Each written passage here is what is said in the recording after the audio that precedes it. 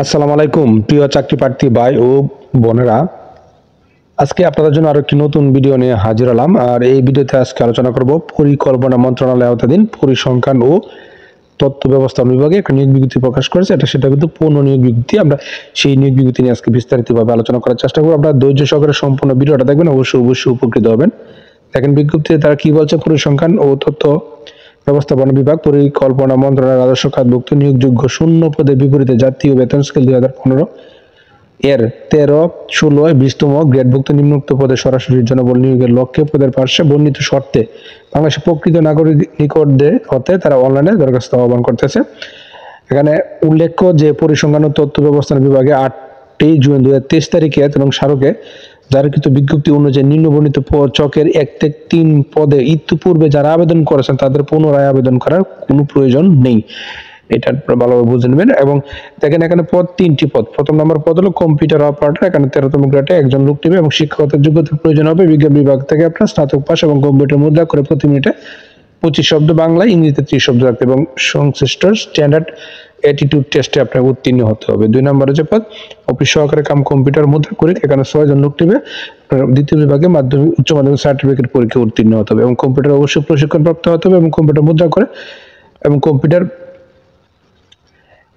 Aptitude টেস্টে বা আপনাকে সর্বনিম্ন গতি থাকতে হবে, বাংলা 20 এবং ইংরেজিতে 20 শব্দ থাকতে হবে এবং ওয়ার্ড প্রসেসিং সহ ইমেল ও ফ্যাক্স পরিচালনার দক্ষতা এবং অভিজ্ঞতা থাকতে হবে এবং অফিস সহায়ক যে পদ এই পদে তারা 12 জন লোক নেবে। 20তম গ্রেডে মাধ্যমিক স্কুল সার্টিফিকেট পরীক্ষা উত্তীর্ণ হলে আপনি এই পদে আবেদন করতে পারবেন। এবং এই উক্ত 3টি পদে আবেদন করতে গেলে আরো কিছু শর্ত আপনাকে জানতে হবে। শর্ত কি? আবেদন ফর্ম পূরণ এবং পরীক্ষা অংশগ্রহণের ক্ষেত্রে নিম্ন বর্ণিত শর্তাবলী অবশ্যই আপনাকে অনুসরণ করতে হবে।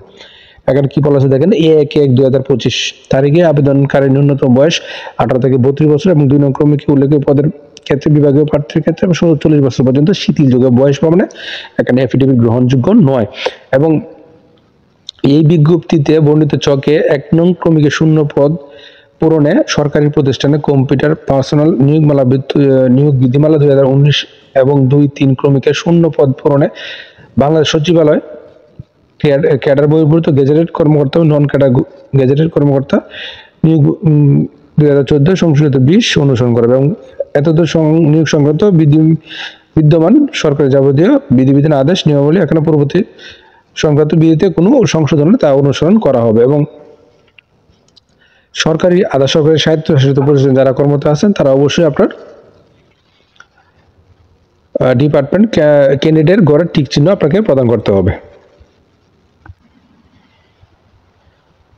সকল পদের জন্য লিখিত ও মৌখিক পরীক্ষা এখানে গ্রহণ করা হবে এবং 1-2 নম্বর ক্রমিকে বর্ণিত পদের জন্য লিখিত ও ব্যবহারিক পরীক্ষা উত্তীর্ণ এবং 3 নং ক্রমিকে বর্ণিত পদের জন্য লিখিত পরীক্ষা উত্তীর্ণ প্রার্থীদের মৌখিক পরীক্ষার জন্য বিবেচিত হবে।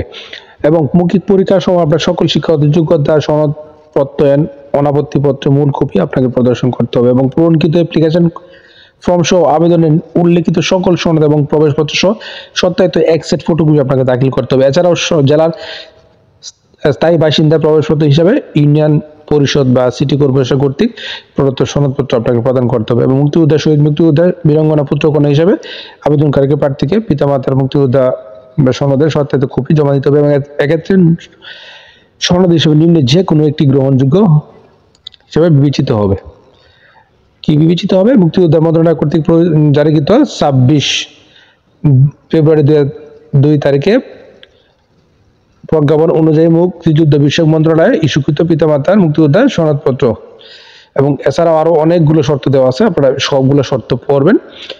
হ্যাঁ, এই যে শর্তগুলো ভিডিওটা পোস্ট করে আপনারা সবগুলো শর্ত পড়বেন। এবং এখানে কি বলা আছে দেখেন, লিখিত মৌখিক পরীক্ষার সময় অংশগ্রহণের জন্য তারা কোনো ভাতা প্রদান করবে না এবং কর্তৃপক্ষ পদের সংখ্যা হ্রাস বৃদ্ধি করতে পারে বা বাতিল করার সম্পূর্ণ অধিকার তারা সংরক্ষণ করে।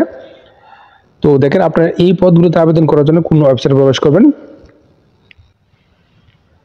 আপনাকে এই ওয়েবসাইটে প্রবেশ করতে হবে। ওয়েবসাইট হলো sid.teletalk.com.bd। এই ওয়েবসাইটে প্রবেশ করবেন এবং এই ওয়েবসাইটে প্রবেশ করে আপনারা আবেদন করবেন এবং আবেদনের শুরুর তারিখ 21 জানুয়ারি 2025 সকাল 10টা থেকে আবেদন শুরু। আপনার আবেদনটা শেষ হবে 20 ফেব্রুয়ারি 2025 বিকাল 5 এই সময়ের মধ্যে আপনার আবেদনটা করতে হবে এবং আবেদনের 24 সাইজ 300/300 স্বাক্ষর 300/80 পিক্সেল, ছবি সর্বোচ্চ 100 কপি, স্বাক্ষর 60 KB হতে হবে।